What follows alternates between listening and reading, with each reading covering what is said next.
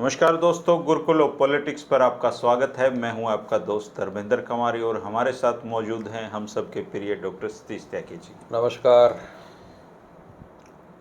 दोस्तों, 2014 में नरेंद्र मोदी जी को देश ने पहली बार प्रधानमंत्री के रूप में देखा और अब आ चुका है 2025 तक देश के करोड़ों लोग कुछ ना कुछ करते रहते हैं। मोदी जी उनसे आह्वान करते हैं और उसके बाद करोड़ों भक्तजन उनकी इच्छाओं की पूर्ति की कामना में जुट जाते हैं। अभी कल प्रधानमंत्री मोदी जी ने कहा कि छोटी छोटी आंखों वाले भगवान गणेश जी मार्केट में हैं, बिना किसी चाइनीज माल का नाम लिए हुए। लेकिन भक्त शुरू हो चुके हैं, चाइनीज माल का बहिष्कार करने का पूरा आह्वान चल पड़ा है। उल्टे लोग प्रधानमंत्री मोदी की तस्वीरें वायरल करने लगे हैं जिसमें वो विदेशी सामान पहने हुए दिखाई देते हैं। इसके अलावा एक और बहुत बड़ी खबर है, और वो बहुत बड़ी खबर ये है कि करोड़ों देश की महिलाओं को अब सिंदूर लाने की जरूरत नहीं पड़ेगी, क्योंकि भारतीय जनता पार्टी के नुमाइंदे घर घर जाकर महिलाओं को सिंदूर बांटेंगे। अब उस परंपराओं का क्या होगा जिसमें घर में महिला को सिंदूर पति ही देता है? तो कोई ऐसा ना हो कि इस चक्कर में इन लोगों को थोड़े बुरे दिन देखने पड़ जाएं। लेकिन भक्त फिर भी उनका कहा मानेंगे। देश में कहते हैं कि अडानी की चलती है, लेकिन अडानी साहब तो अभी यहाँ तो मज़े ले रहे हैं। लेकिन ट्रंप के अडानी यानी कि एलोन मस्क ने उनको छोड़ने का फैसला कर लिया है। राजनीतिक घटनाक्रम बहुत हैं, और त्यागी जी का ये कहना है कि तुरंत प्रभाव से भारतीय जनता पार्टी में एक सिंदूर प्रकोष्ठ भी बनाया जाएगा जिसमें बहुत सारे कार्यकर्ता एडजस्ट होंगे। तो त्यागी जी, जब सिंदूर की डिब्बी लेके भारतीय जनता पार्टी के कार्यकर्ता घर घर जाएंगे तो इनका कैसे स्वागत होगा? देखिए, स्वागत ये होगा जितना हम कल से पढ़ पा रहे हैं, परसों से जब से ये अभियान शुरू होने की घोषणा हुई है, बहुत लोगों ने ये प्रश्न किया है कि जो व्यक्ति जिस सिंदूर के प्रति जिम्मेवार था, उत्तरदायी था, यानी जसोदाबेन के प्रति, वो तो नहीं मोदी जी ने तो एक ही बार शायद सिंदूर का इस्तेमाल किया होगा अपनी ज़िंदगी में, जब जसोदाबेन की मांग भरी होगी। और जो उस सिंदूर की लाज नहीं रख पाया, ऐसा नहीं है कि उन्होंने कोई उसको तलाक दिया क्या है, वो आज भी ऑफिशियली उनकी धर्मपत्नी है। और ये सवाल भारत की हर नारी के मन में उठेगा, क्योंकि औरत की पीड़ा केवल औरत जानती है और सिंदूर के महत्व को भी केवल औरत जानती है। जो लोग सिंदूर का मखौल उड़ा रहे हैं, उन्हें ना तो भारतीय संस्कृति की कोई समझ है, ना किसी और बात की कोई समझ है। तो महिलाओं के मन पे इस चीज़ पहले ये सवाल उठेगा कि नरेंद्र मोदी जी ने अपनी धर्मपत्नी के साथ कैसा सलूक किया है। लोग तो कहते हैं कि महात्मा बुद्ध ने भी घर छोड़ा था। महात्मा बुद्ध ने को कभी एफिडेविट देने की जरूरत नहीं पड़ी थी इलेक्शन कमीशन में कि वो 4 चुनाव तक तो ये कहें कि मैं कॉलम खाली छोड़ दें और उसके बाद ये कहें कि वो मेरी धर्मपत्नी है। जब उन्होंने इसको मान लिया है, इस बात को, सबसे पहला काम उन्हें ये करना चाहिए था कि एक बार जसोदाबेन जी को प्रधानमंत्री निवास में आमंत्रित करें, देश के सामने ये कहें कि जिसके प्रति मैंने सिंदूर लगाया था, जिसको मैं उसका पालन कर रहा हूँ। तो शायद इस घटना का बहुत बड़ा असर होता है व्यापक स्तर पे, और भारत की महिलाएं उनको क्षमा भी कर देती हैं, चूँकि एक महिला को सम्मान मिलता हो। अब जो है ये सिर्फ एक चुनावी अभियान है, और सेना की आड़ लेके, सिंदूर की आड़ लेके वो पूरी तरीके से अपना एक चुनावी अभियान उन्होंने छेड़ दिया है। विपक्ष इतने शायद संभल भी नहीं पाएगा जब तक वो काफ़ी दूर जा चुके होंगे। सिर्फ देखना ये है कि जो अतीत में जितने भी अभियान उन्होंने राजनीतिक मकसद से किए हैं चुनाव जीतने के, वो काफ़ी हद तक सफल रहे थे। ये वाला अभियान कितना सफल होगा, इस पर सवालिया निशान लग रहा है, क्योंकि ये एक बहुत बड़ा इशू बनने जा रहा है और मुझे नहीं लगता विपक्ष भी इस पर चुप बैठेगा। तो ये ऐसा होता है कई बार कि जब आपको लगता है ना कि भी ये व्यक्ति अब सुधर जाना चाहिए इस घटना के बाद में, लेकिन कई बार ऐसा होता है कि वो और ज़्यादा उसमें आक्रामक हो जाता है उन चीज़ों को लेके। तो मोदी जी को ये लग रहा है कि अब तक जो तुम्हारे सिक्के चले हैं उसकी तरह ये भी चल जाएगा, लेकिन ये बहुत सेंसिटिव इशू है। और एक तरीके से जो सेना का अपमान इनके लोग कर रहे हैं, तरह तरह के बयान आए हैं, शहीदों की भी अपमान हुए, जो लोग मारे गए उनका भी अपमान हुआ है। और अभी एक इनके कोई रणधीर कटारिया, हिमाचल प्रदेश के विधायक, उन्होंने तो इतनी बड़ी शर्मनाक बात कही है कि एयरफोर्स के जवान सोए पड़े थे और उन्होंने अपनी ड्यूटी में कोताही बरती और हम इसके लिए जिम्मेवार नहीं हैं। तो ये ऐसे मतलब इतने लोग इस पार्टी में इस तरीके के हैं कि इतनी घटिया बातें करते हैं, ये ऐसी बातें करते हैं, क्रूर बातें, जिससे आदमी मतलब बिल बिला के रह जाता है कि किस तरह की इनकी भाषा है। रामचंद्र जांगड़ा का आपने सुना ही था, और वो मध्य प्रदेश के मंत्री हैं, उनका भी सुन लिया। कोई आतंकवादियों की बहन कह रहा है, तो कोई सेना को मोदी जी के नतमस्तक बता रहा है जी। बिल्कुल बिल्कुल। तो इन्होंने जिस तरीके से ये वो कर रहे हैं, व्यवहार इसका इस्तेमाल कर रहे हैं पूरे सेना के शौर्य का, पराक्रम का, ऑपरेशन सिंदूर का, वो लोगों की समझ में आ रहा है। लेकिन मोदी जी इससे बाज नहीं आएंगे, चूँकि उन्हें इसके अलावा कुछ और करना ही नहीं आता। और हम बार बार हमने कहा कि करोड़ों लोग हैं जो उनकी धारा में बहते हैं, उन्हीं की भाषा बोलते हैं, उन्हें कोई फ़र्क नहीं पड़ता।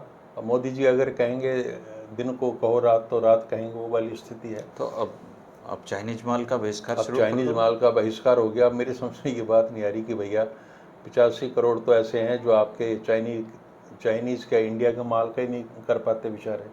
तो एक मिडिल क्लास है, और आप कितना ही बहिष्कार की घोषणा करो, मुझे नहीं लगता जो भक्त भी ये कह रहे हैं ना कि करो, वो भी नहीं छोड़ेंगे उन चीज़ों को। तो ये तो ऐसे ही चलता रहेगा। लेकिन ठीक है, सोसेबाजी उन्होंने करनी है, आह्वान कर दिया। आह्वान भी में शब्द आपने जैसा बताया, नाम तो लिया नहीं चीन नाम का। नहीं, क्या डरते हैं जी चीन से? चीन से बिल्कुल डरते हैं पूरी तरीके से। क्यों जी? इतना मजबूत आदमी है, 56 इंच का वो सीना मजबूत उनका वो तो। खुद को बता रहे हैं ना, किसने माने उनकी मजबूती देखी कहाँ इस देश ने कभी देखी है? वो इतनी ज़्यादा अपने बारे में बात करते हैं, इतना ज़्यादा बात करते हैं कि वो अब उसका कोई मायने खो दिए उन चीज़ों ने, है ना, कि मैं जोखिम लेने की मेरी क्षमता से देश वाकिफ नहीं है, ये मोदी है मोदी, मोदी है मोदी, गोली मतलब खाओ। गोली खाओ, ये कर दूंगा वो कर दूंगा। मतलब शर्म आती, मतलब सुनते सुनते भी चीज़ों को शर्म आती। और पता नहीं जो मेरी उम्र के लोग हैं वो तो कैसे डील करते होंगे। वो तो भक्त हैं जी इसके, आपकी उम्र के। अच्छा। तो आप ही एक्सेप्शनल बचे हुए हैं।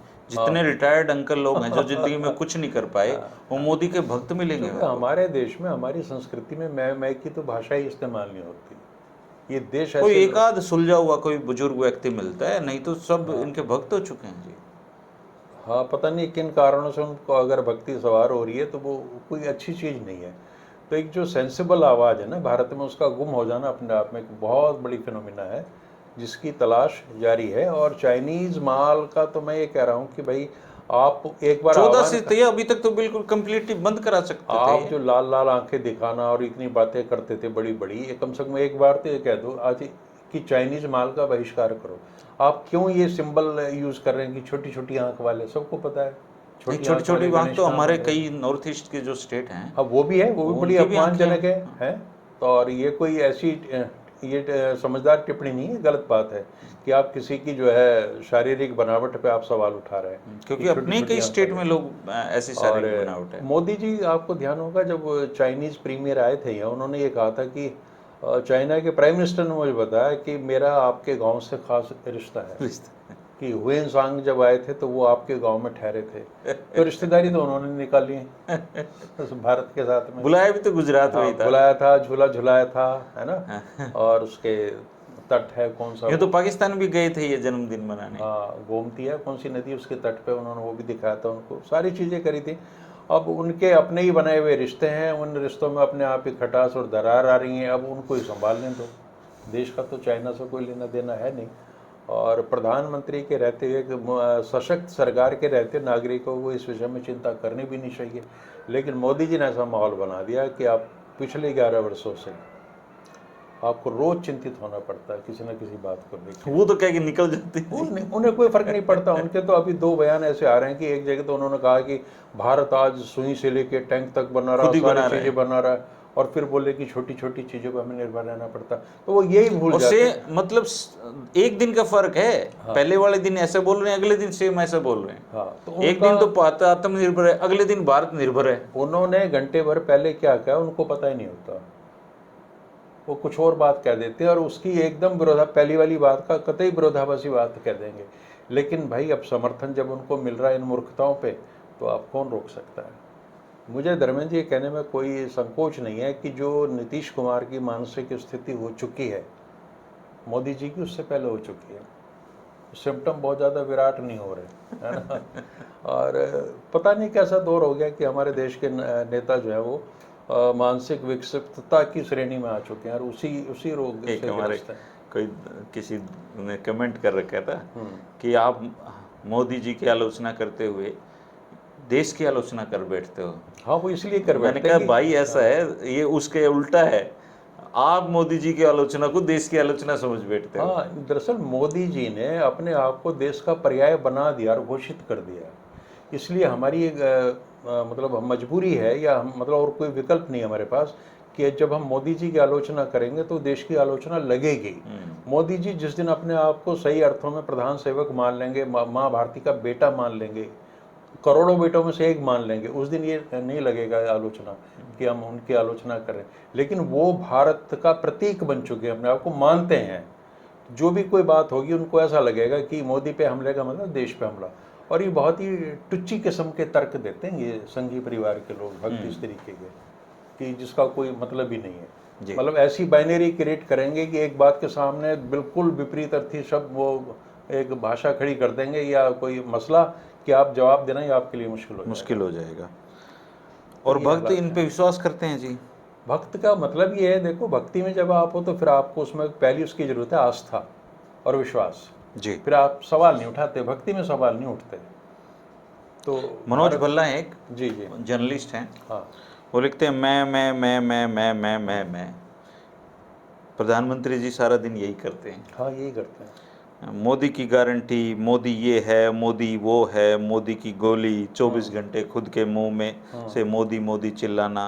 अरे भैया, राष्ट्र कहाँ गया? क्या राष्ट्र से बड़ा व्यक्ति हो गया? दिन भर खुद की प्रशंसा करना, प्रशंसा सुनकर गौरवान्वित होना बुद्धिमत्ता नहीं बल्कि अहंकार है, अज्ञानता का प्रतीक है। यह कथन मेरा नहीं है, हमारे ऋषि मुनियों का है। रावण, कंस, दुर्योधन मैं के शिकार थे, अहंकार से पराजय को प्राप्त हुए। मर्यादा पुरुषोत्तम भगवान राम और कृष्ण ने कभी भी मैं नहीं की। हर प्रकार के दुर्गम काज को सरल बनाने वाले हनुमान जी ने भी कभी अहंकार नहीं किया।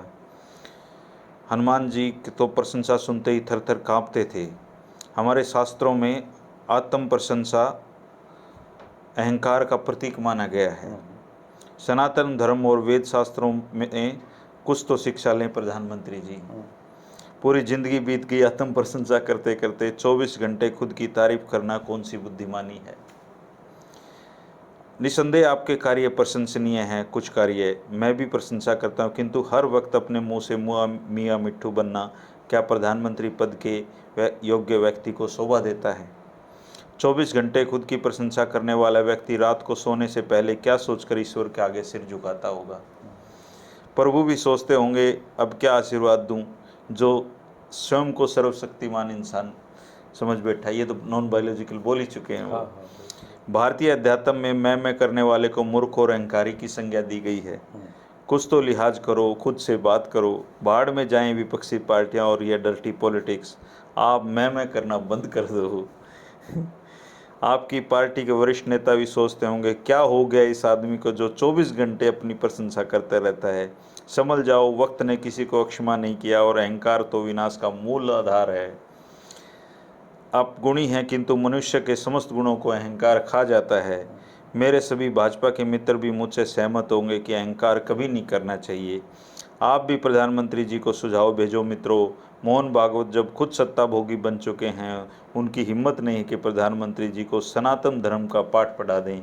जय सिया राम जी की, मोदी जी से अक्षमा प्रार्थना के साथ। देखिए, अगर मनोज भल्ला जी का ये पत्र प्रधानमंत्री जी किसी तरह पढ़ लें तो असुरक्षित हो जाएंगे। भल्ला जी के साथ जो होगा ना, ये कल्पना भी नहीं कर सकते।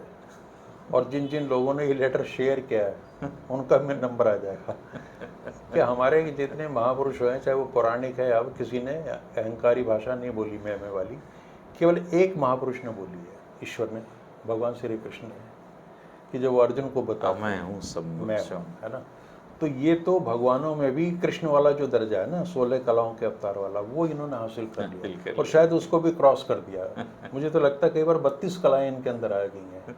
36 आ गई। अगर इसका मनोवैज्ञानिक विश्लेषण हो तो ये माना जाएगा कि अंदर ना कोई बहुत दमित इच्छाएं हैं। और एक वो फिल्म है सर राजा बाबू, उसमें वो है ना, गोविंदा अलग अलग पोज में फोटो खिंचवाता रहता है, दीवार पे लगा, कभी पुलिस वाला कभी कुछ। तो ऐसे ही हमारे प्रधानमंत्री जी लगते हैं।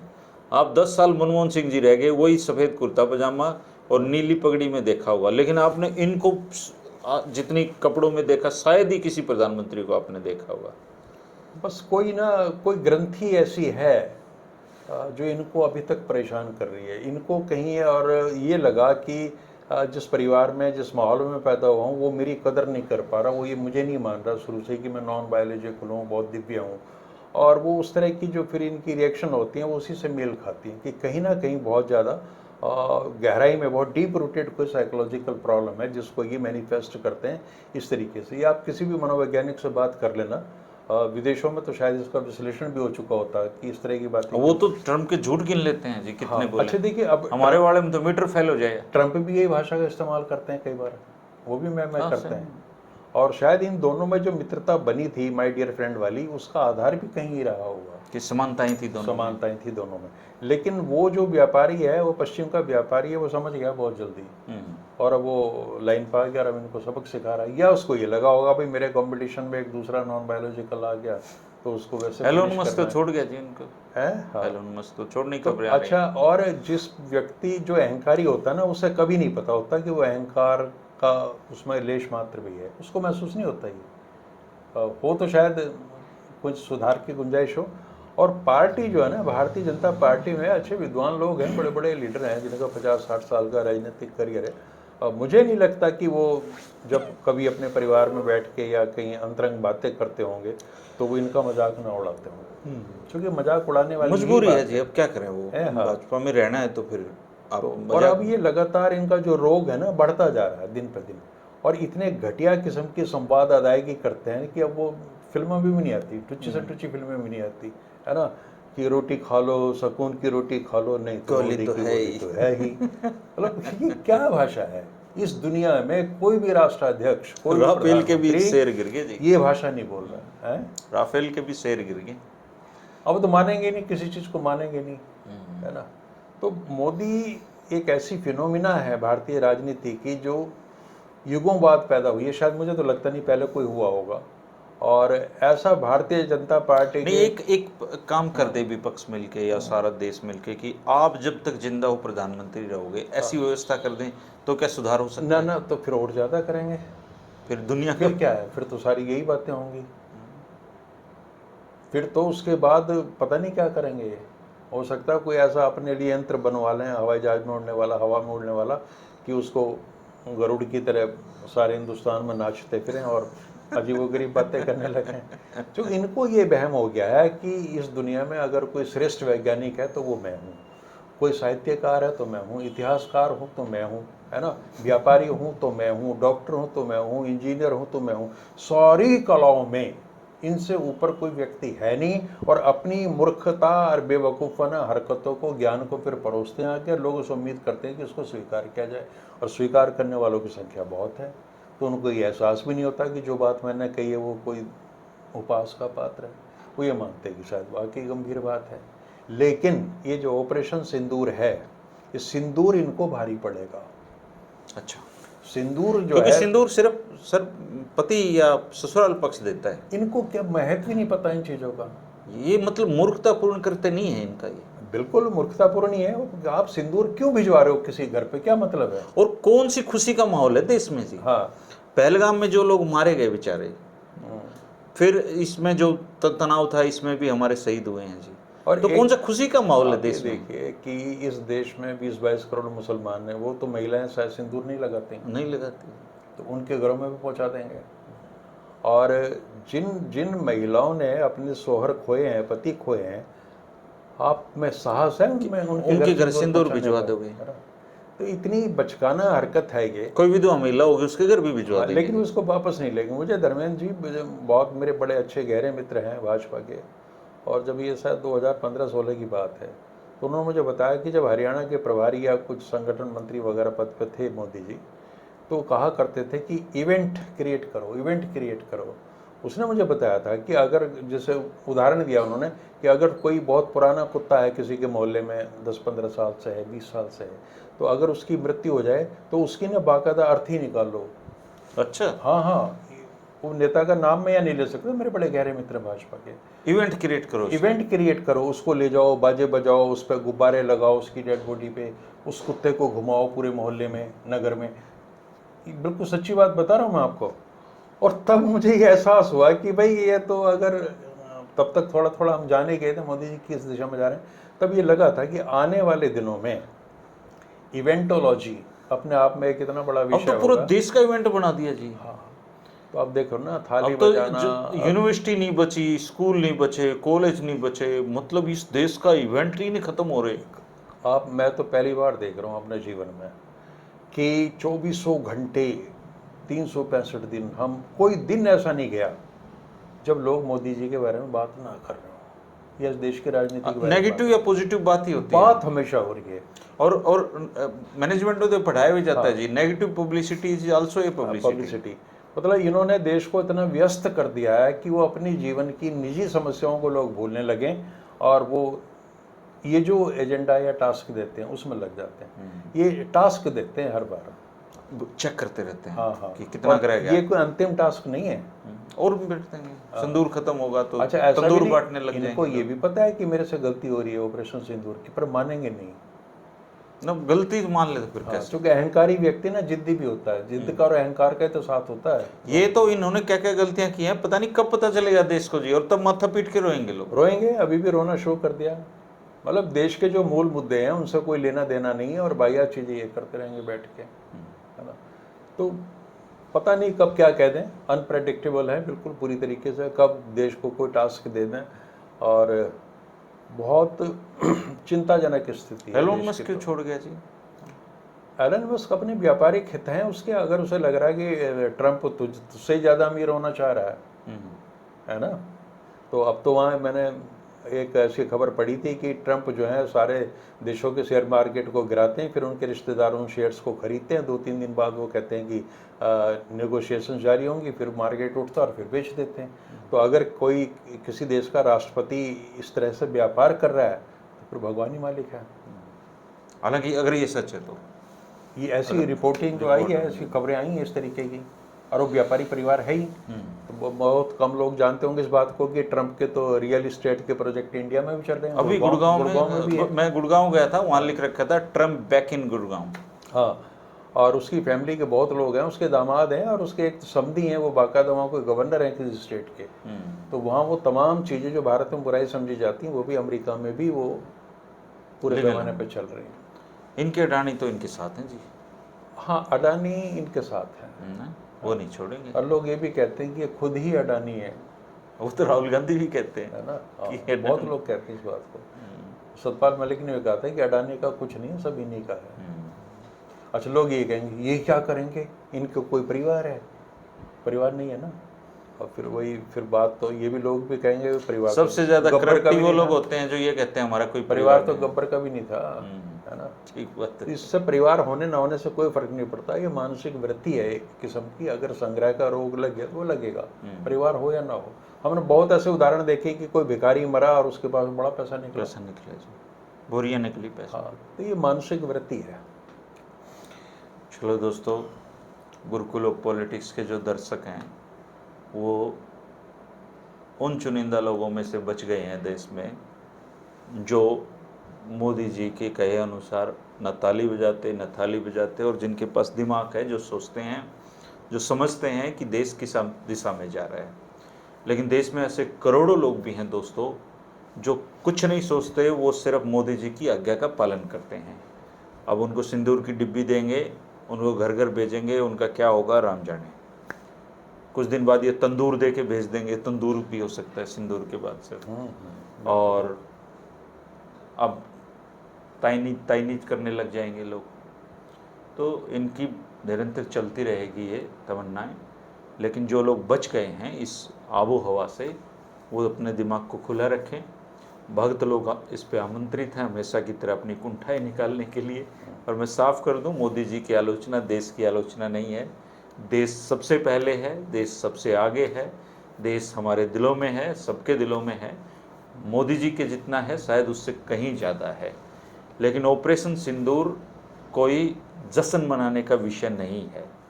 अगर ऑपरेशन सिंदूर हमने किया है तो वो इसलिए किया है क्योंकि हमारे देश में बहनों का जो सुहाग है वो उजड़ा है, और उजड़ा हुआ सुहाग किसी के सिंदूर की डिब्बी देने से वापस नहीं आता है। आप चाहे उनके कितने ही माराएं, लेकिन हमारा जो लॉस हुआ है, जो परिवारों का लॉस हुआ है, वो कभी भरपाई नहीं हो सकती है उसकी। तो दोस्तों, अपने दिमाग को खुला रखिए। वैधानिक चेतावनी ये है कि भक्तों से बचकर चलिए, क्योंकि दिमाग पूरी तरीके से कब्जे में लिए जा चुके हैं और ये कुछ भी कर सकते हैं। शुक्रिया, नमस्कार। और आप अपने विचार इस पर ज़रूर रखना कि अगर भाजपा का कोई आदमी आपके घर पे सिंदूर देने आया तो आप उसका कैसे स्वागत करेंगे। आप कमेंट करके ज़रूर बताना। शुक्रिया, नमस्कार। नमस्कार।